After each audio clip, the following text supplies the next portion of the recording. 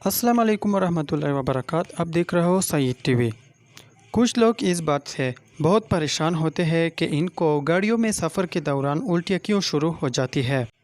दरअसल सफ़र करते वक्त चक्कर आने या उल्टी आने की वजह ये समझी जाती है कि सफ़र के दौरान दिमाग को जिस्म के मुख्तलिफ़ हिस्सों से मुतज़ाद मालूमात मिलना शुरू हो जाती है।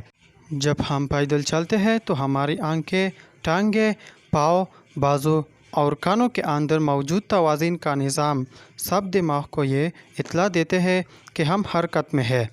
इसके बरअक्स अगर आप बस में हो तो आपके कानों के अंदर बैलेंसिंग का निज़ाम दिमाग को ये बताता है कि आप हरकत में है, लेकिन जिस्म दिमाग को ये बताता है कि आप साकिन है।